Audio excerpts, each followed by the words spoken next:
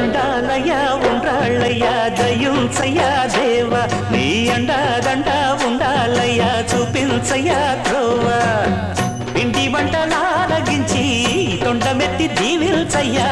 తండ్రి వలె ఆదరించి తోడు నీడ అందిల్చయ్యా ఓ